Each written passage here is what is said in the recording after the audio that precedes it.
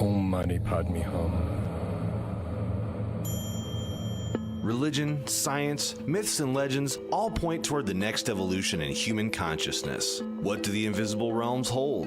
Who's telling us, and how do they know? We're investigating insights from around the world to answer the question, what does the material world arise out of, and where do we go once we've dropped the body? You're about to go interdimensional with Robert Wallace and Adam Jeffrey to undiscovered spiritual realities. My own brother, sister. Yeah, same human being. Mentally, Stop. we are same. Are you thinking about what you're doing? We are same. We'll get to that. Physically, we are same. We're going to take a look at why we should stop doing things we don't need to do. Then we have time to fully, do we have time to fully deliberate everything we do? You better figure it out. And finally, when you make a decision, stick to it. We'll adjust your handwriting for success. And judging a situation correctly can only happen if it's done independent of attraction or aversion. Find out what that even means next.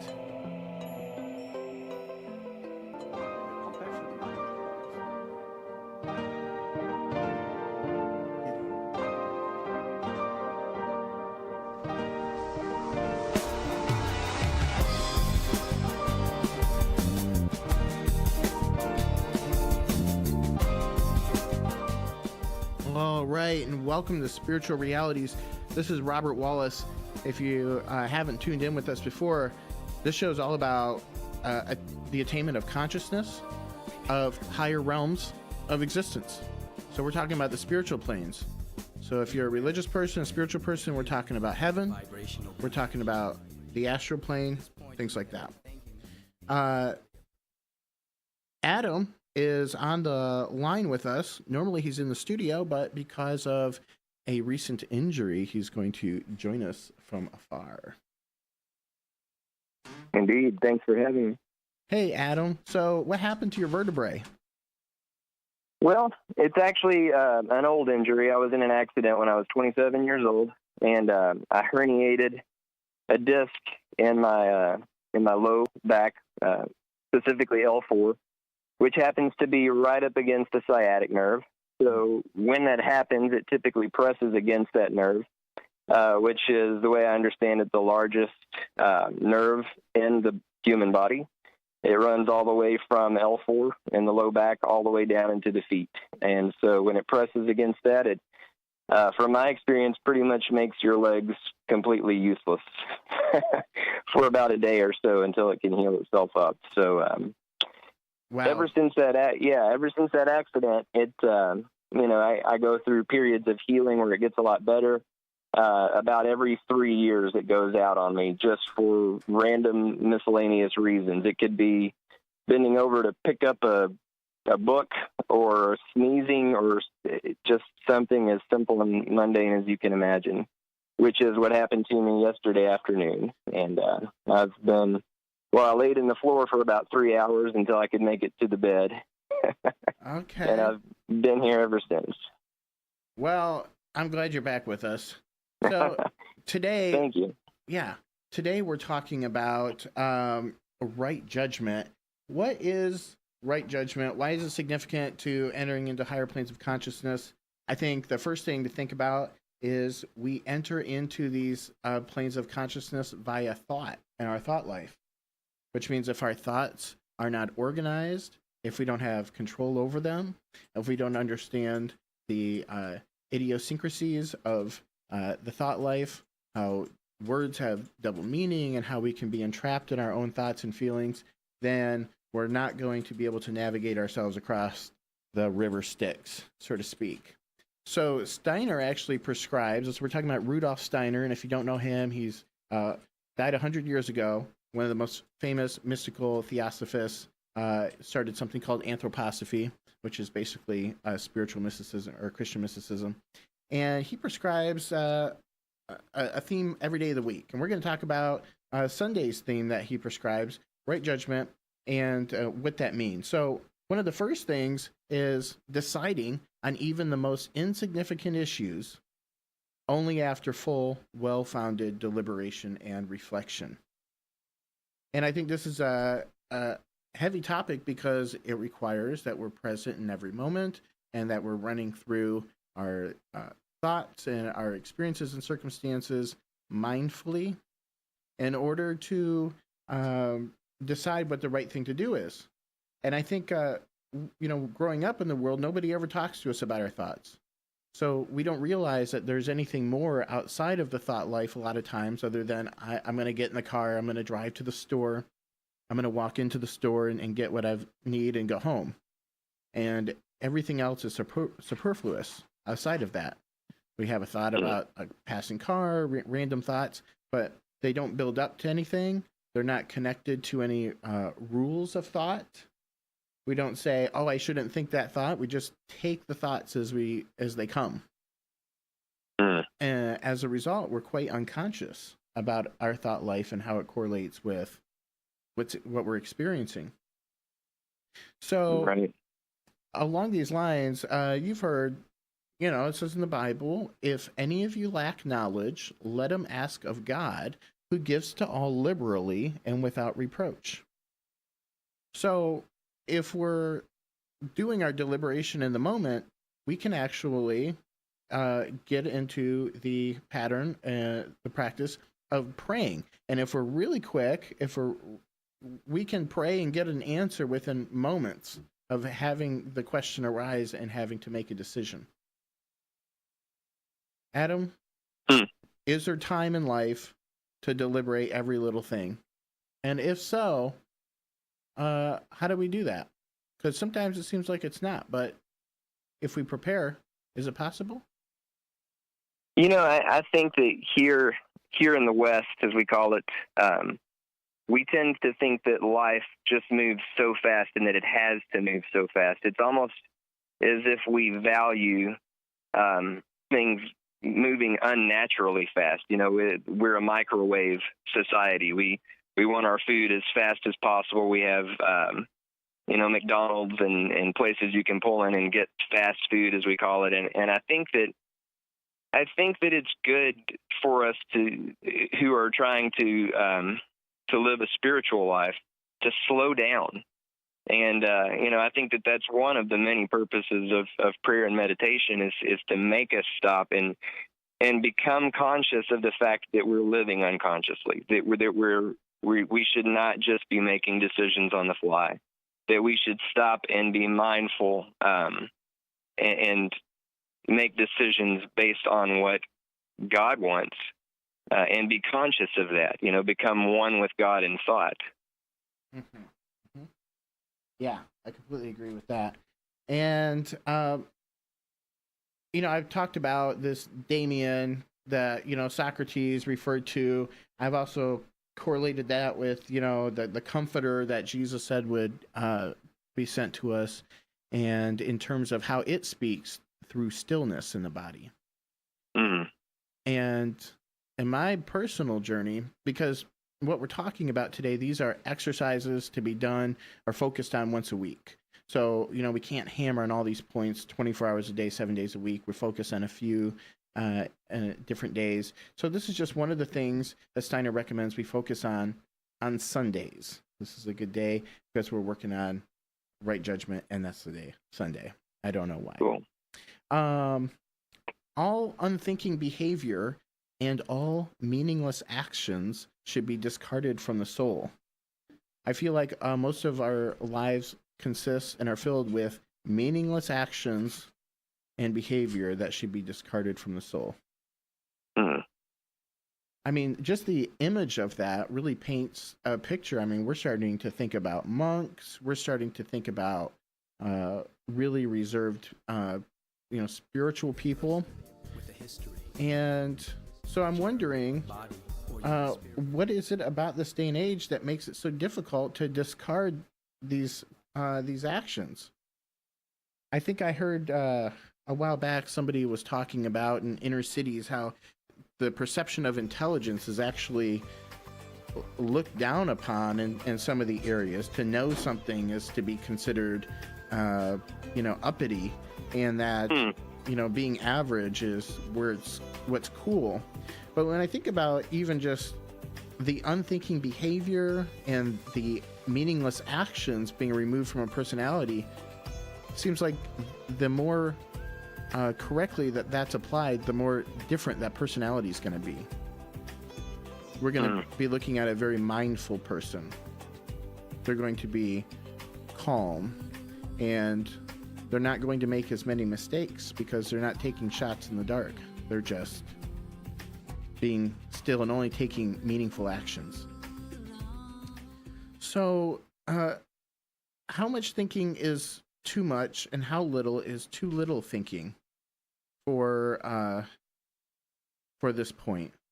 If all unthinking behavior and meaningless actions should be discarded, how long should we consider something before we decide to do it or not? Because we could stand in one place and the whole world can go by because we're still deliberating something that happened minutes ago. It's an excellent question.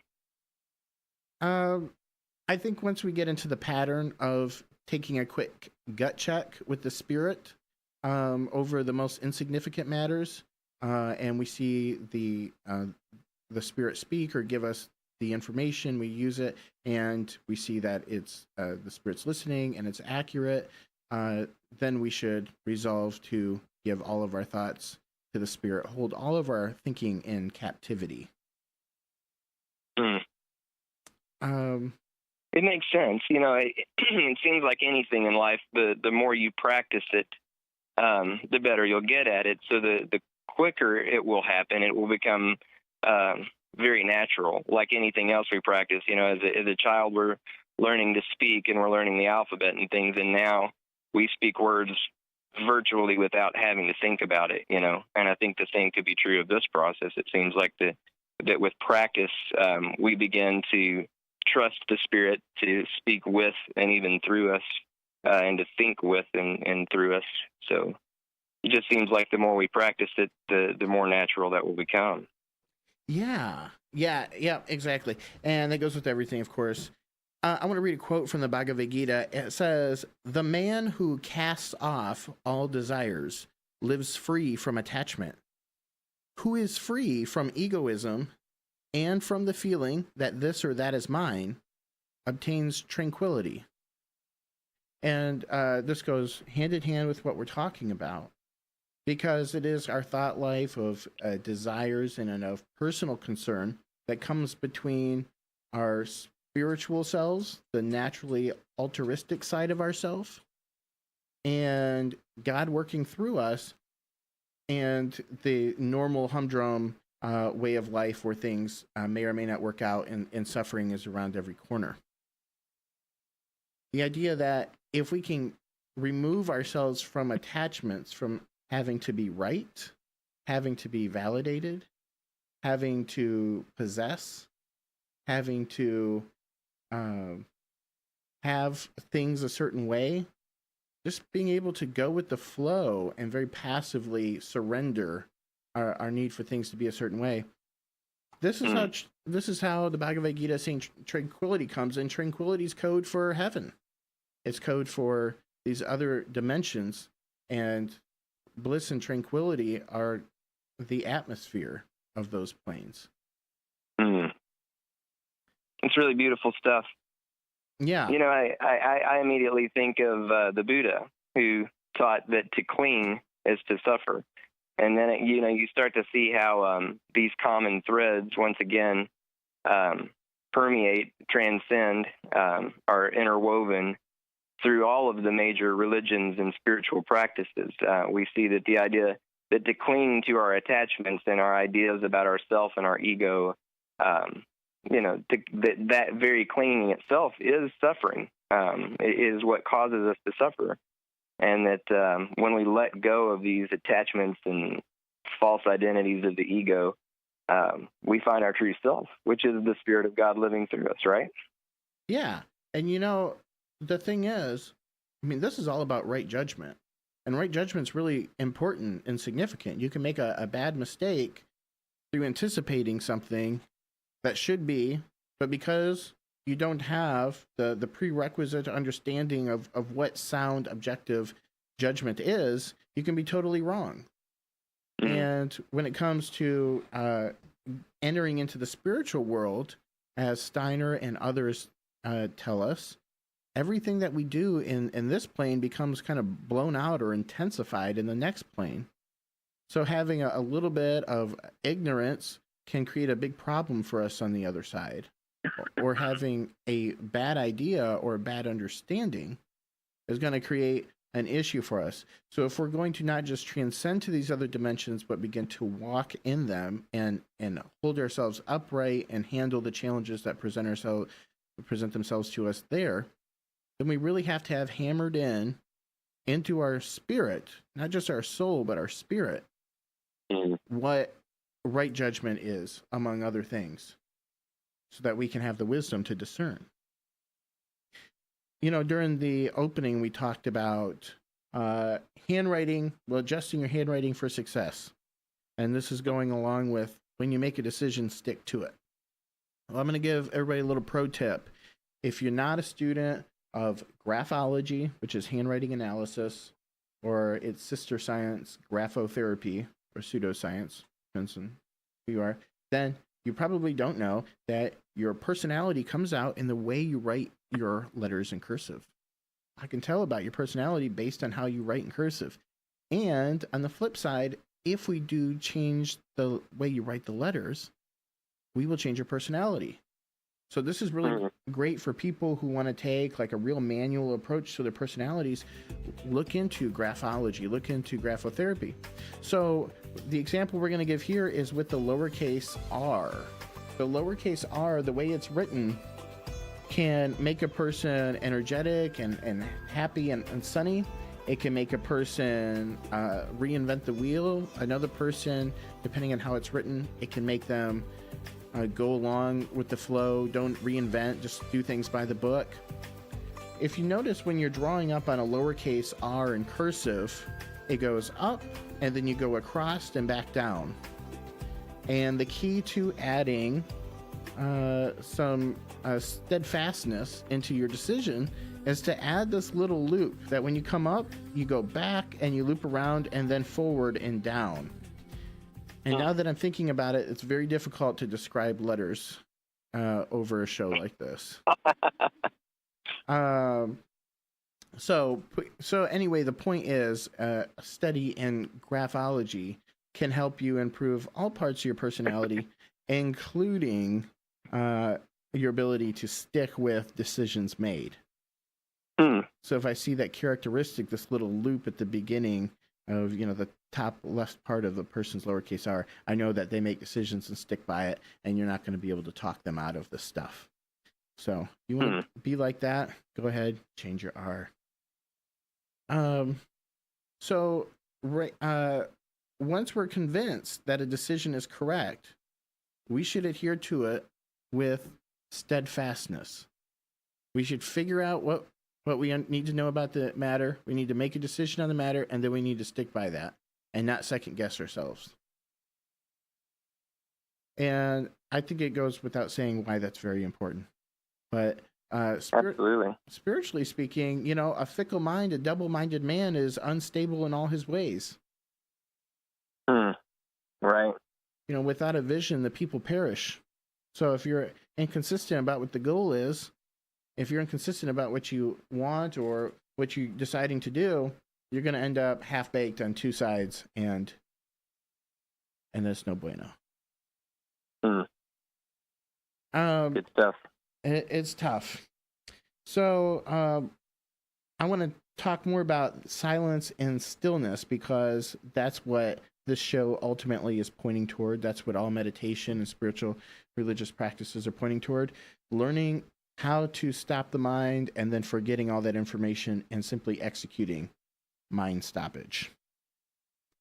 To sit silent and look wise is not to be compared with drinking sake and making a riotous shouting. That's from a guy, Otomo no Tabito. I don't know who he is, but it's a good quote. It is a good quote. It reminds us that the inner turmoil of the mind doesn't go away just because you've managed to dull it down. sitting with our thoughts and then actually bringing them to a calm.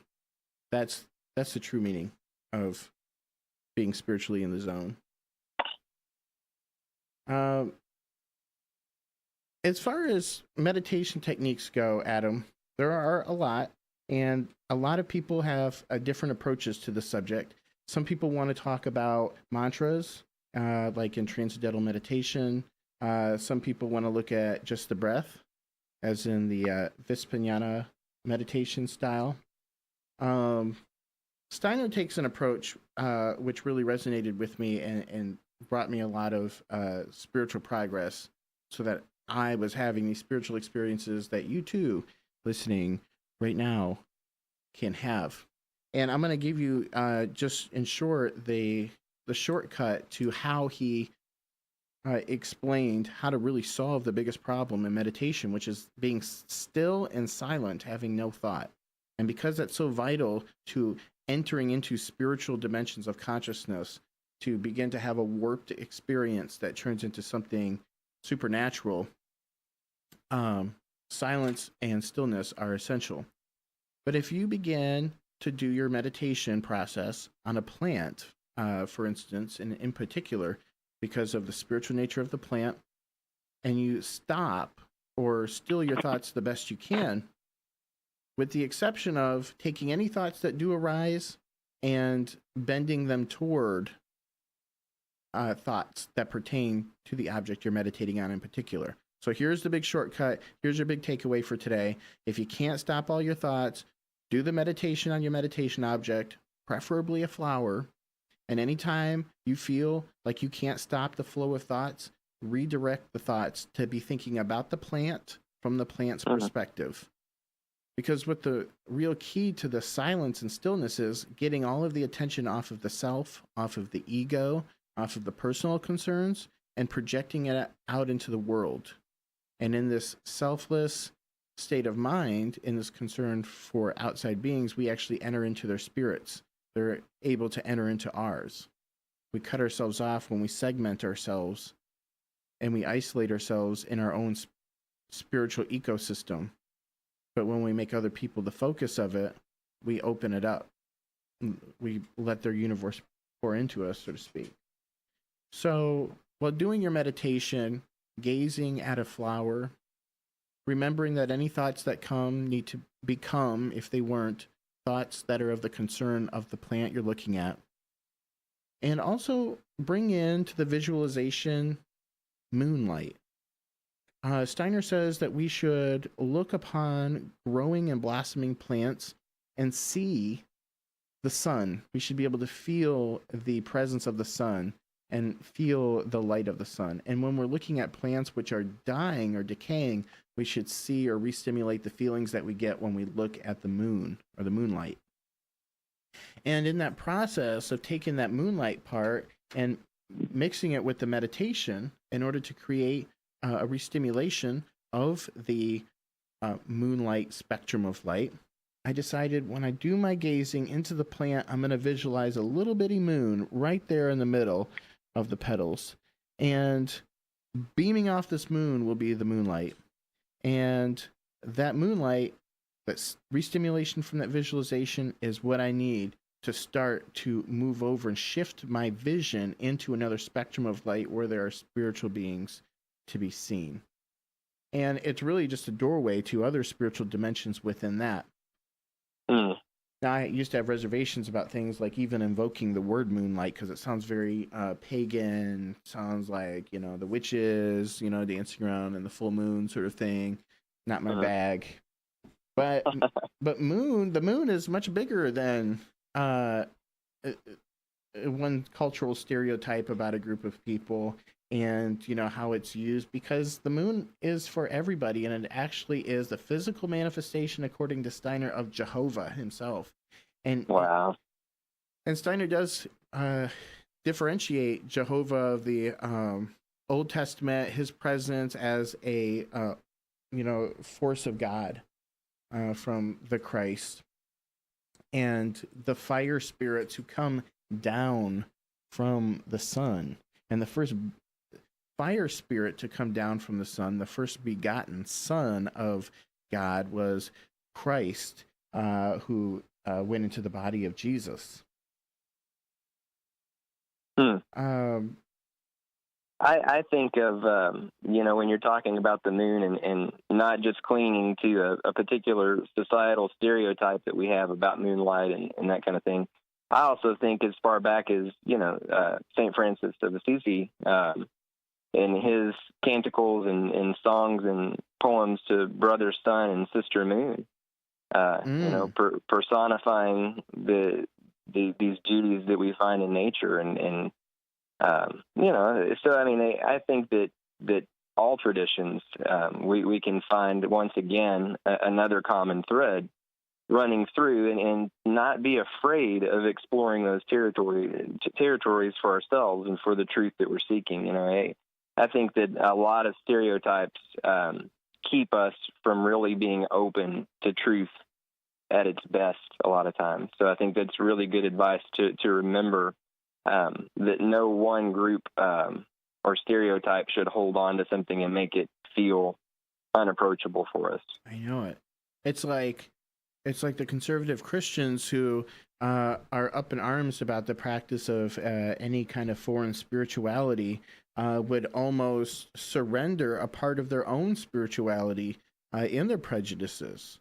They would forget that these parts of nature, which were not only reflections of the spiritual realm, they are manifestations of God in this plane, and we are all intermixed, intertwined. We're very much connected with the spiritual beings of the plant kingdom, and of the sun and moon, and we just don't hear any correlations. Like, I'm not saying we should be, sun worshipers or anything like that.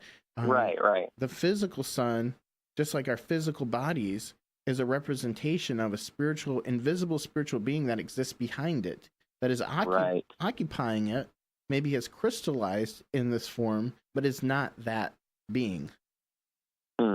And so when it comes to the significance of the sun, or when we're talking about something like that, we're not talking about worshiping idolatry, a physical sun. We're talking about recognizing the one who lives behind the sun. Right. Absolutely.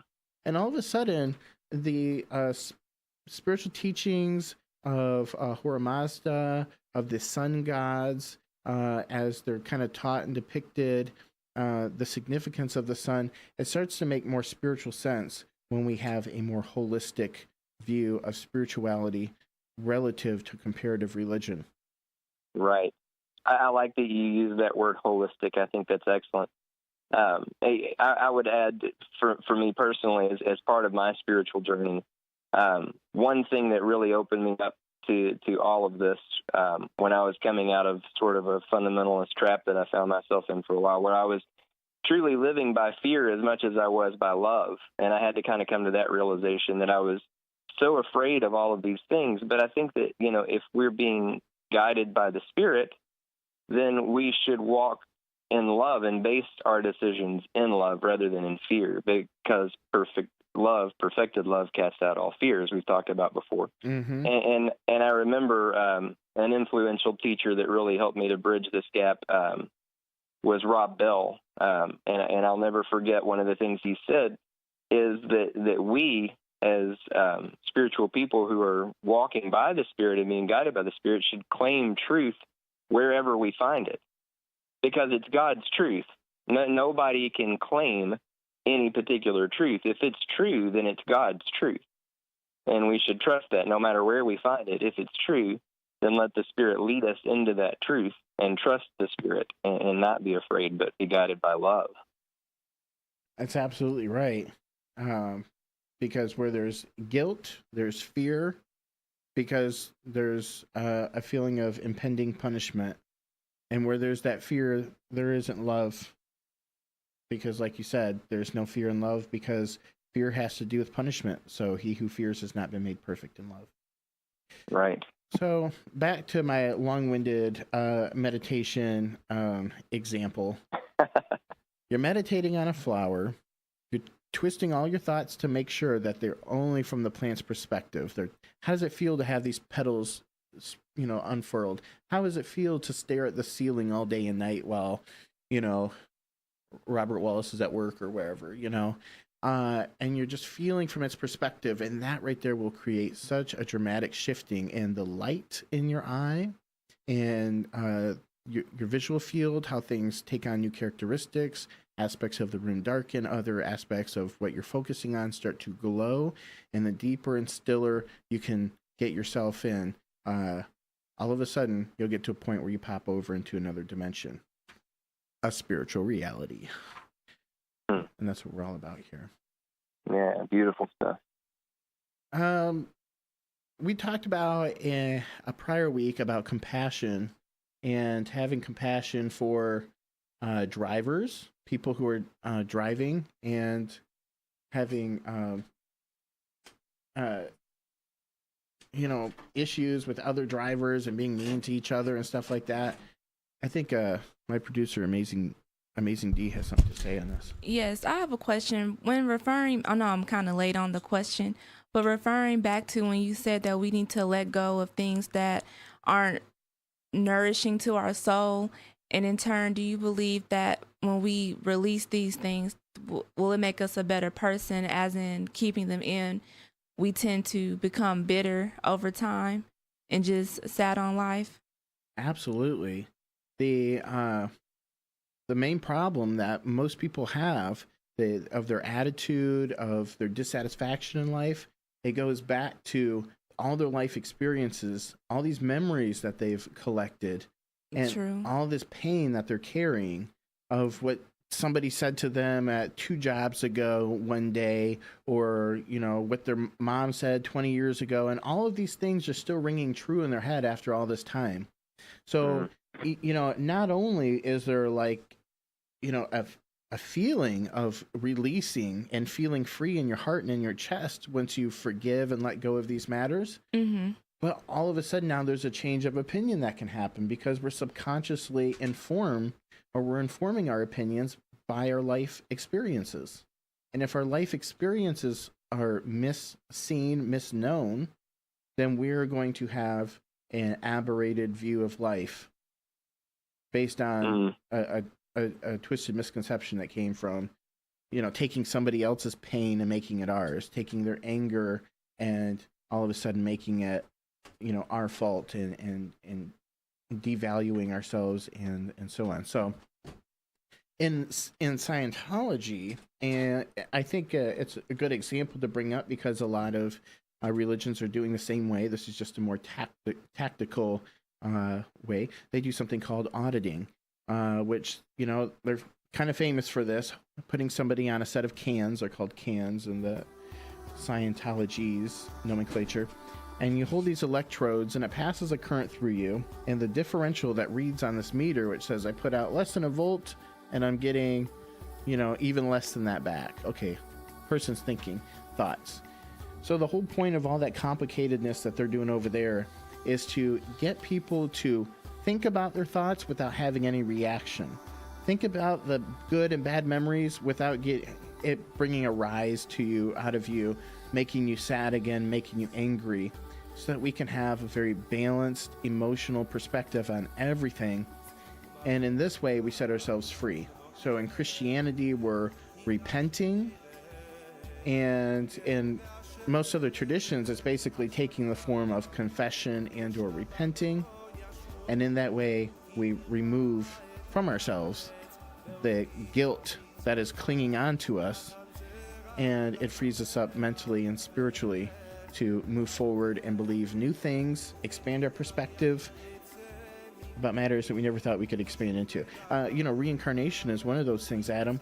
When I started my journey, I was pretty convinced I would never believe in reincarnation. I made a point of stating about 3 things to God overtly. I said, and reincarnation is one of the things I will never believe in. Right. And because I have such an open mind and I'm, so inclined toward comparative religion and studying all the perspectives, that eventually it just hit me so many times. And now I'm at a 180, because now I can't imagine trying to explain religion, spirituality, philosophy, anything without reincarnation. It's become absolutely. It's the cornerstone.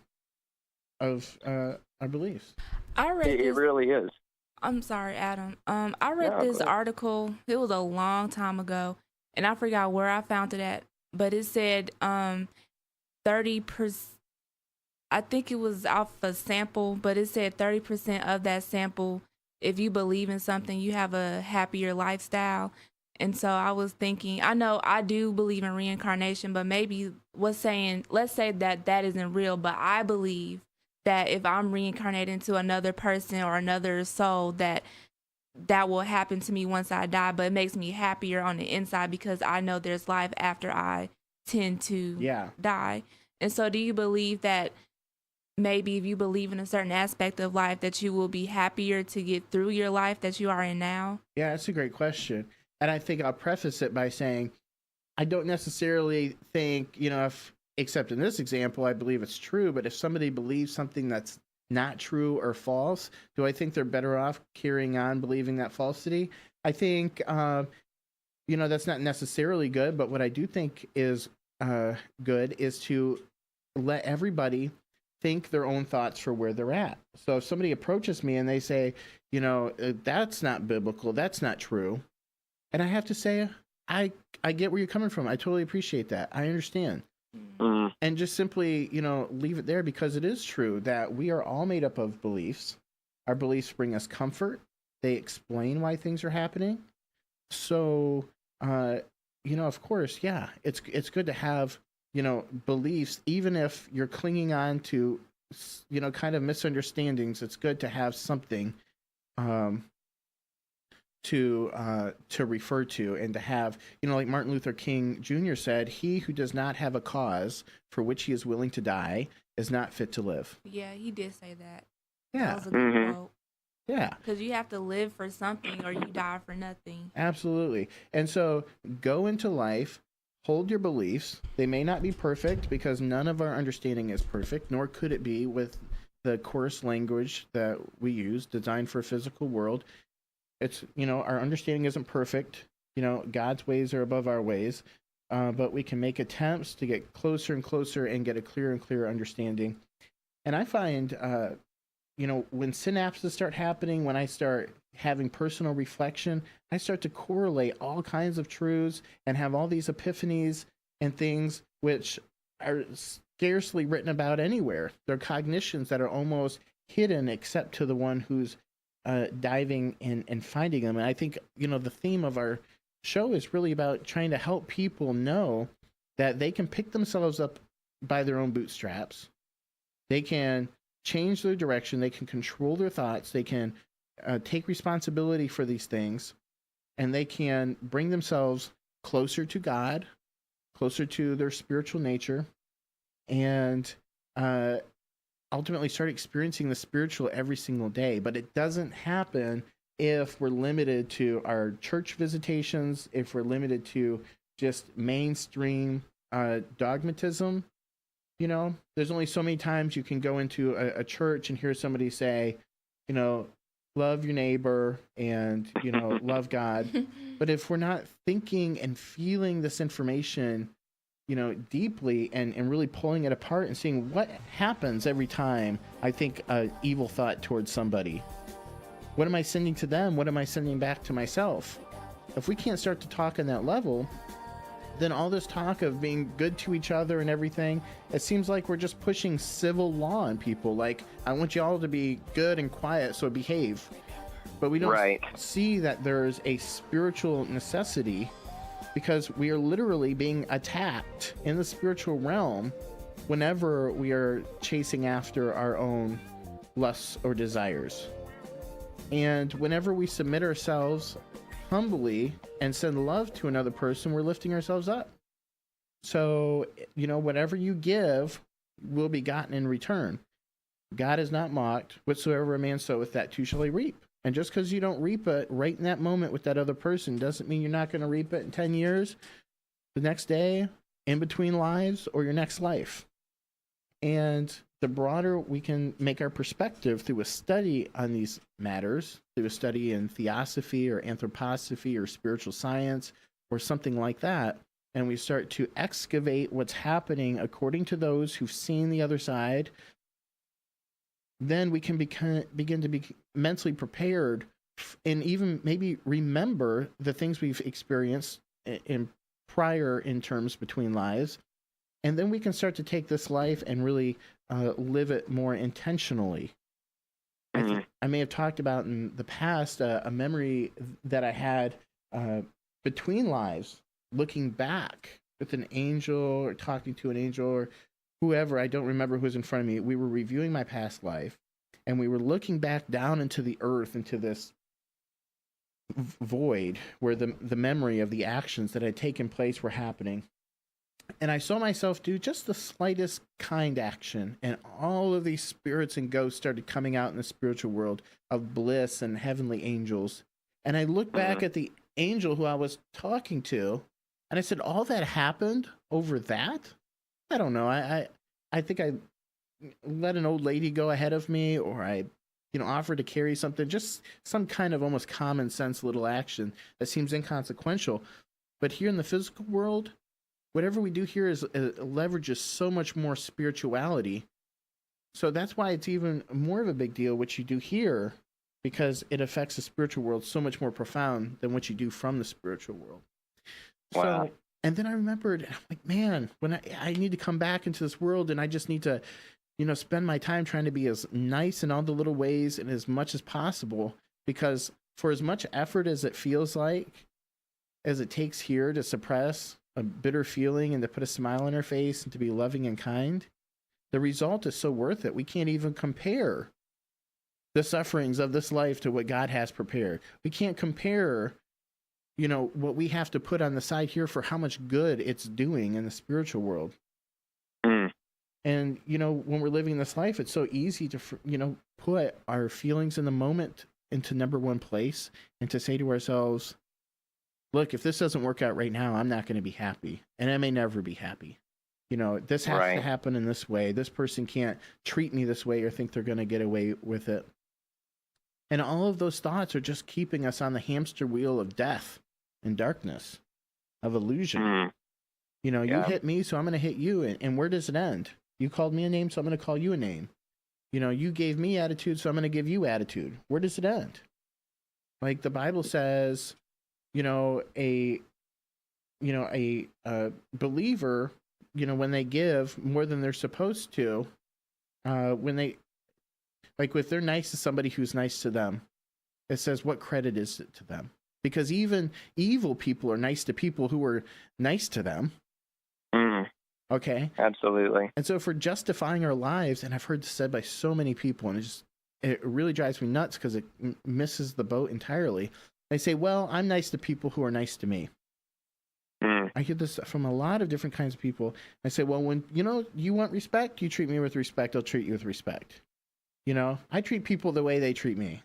I'm like, this is so backwards. This is saying that you are going to be an effect of everybody else's effects, instead of being cause and saying, you're going to be mean to me, but you know what? I'm going to love you. I'm going to forgive that. I'm going to ignore that. I'm going to excuse you. I'm going to see how in my head you could feel that way. I'm going to have compassion, and I'm going to love you back, in spite of whether or not you ever choose to be kind to me. I mean, that is so beautiful. We really do have to get away from treating people the way that they treat us, and we have to instead treat them the way we'd want them to treat us. So that goes. So Robert, I've got this poem that comes to mind, if you don't mind me sharing it. One of Hafiz's, one of his poems that has just always been one of the more beautiful ones to me, just falls in line so perfectly with what you're saying right now. Hafiz said, even after all this time, the sun never says to the earth, you owe me. Look what happens with a love like that. It lights the whole sky. I've heard that one. That is beautiful. It's a perfect example. Yeah, it's so beautiful. And of course, it falls right in line with what Jesus said, the exact same thing, that the sun, it doesn't judge who is right and wrong and who it's going to give the light to. It just gives freely, and the rain falls on the sinner and the saint alike. You know what I mean? Again, we have these common threads coming through the various traditions and spiritual practices, and it's love, and it's unconditional. love. You know, it's not a conditional love that says, yeah, I'm going to love you if you love me. It says, no, I'm going to love you like the sun loves the earth. Yes. You know, that's God love. Yes, and that gets me really fired up, because when we start thinking about the world and this life experience as a communal process, instead of me, myself, me, my spouse, me and my kids, me and my personal family, me and my extended family, me and my friends, and we start thinking about me and humanity, me and that homeless person, me and that person who just cut me off, me and the store clerk, and start projecting the love that we feel for our most intimate relationships on these strangers, I think that's when we're getting closer to this agape love. Absolutely. A Course in Miracles talks about special relationships being causing separation between us. And if we're going to love somebody within a special love that we then withhold from other people, I mean, yeah, it makes sense. You know, we have a special affinity that comes with, you know, our children, that's natural, that we don't have, you know, for a stranger. This is one that, you know, kind of rises up out of us naturally. But these are feelings that we can cultivate and we can start applying in different places.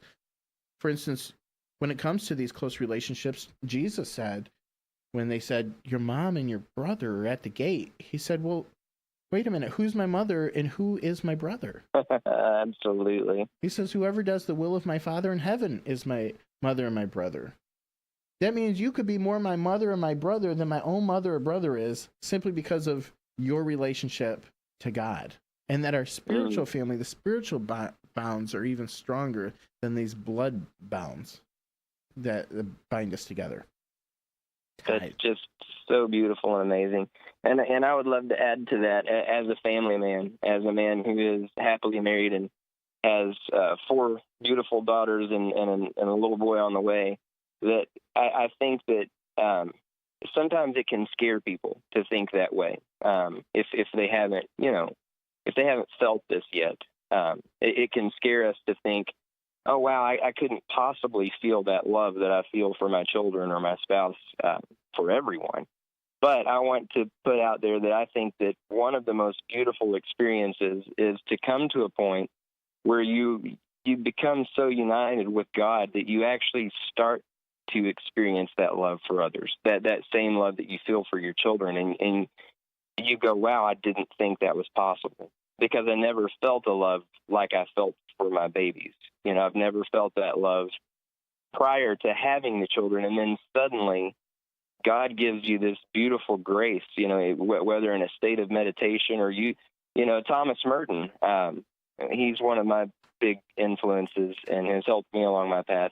I'll never forget, he talked about one day he was out of the monastery in Kentucky. He was walking down the streets of Louisville. I don't know if you're familiar with this story, but he was walking around and he just stopped and was struck by this sense of awe as he looked around at the people, and he said, I loved them all. I loved them all profoundly, and I saw their faces shining like the sun.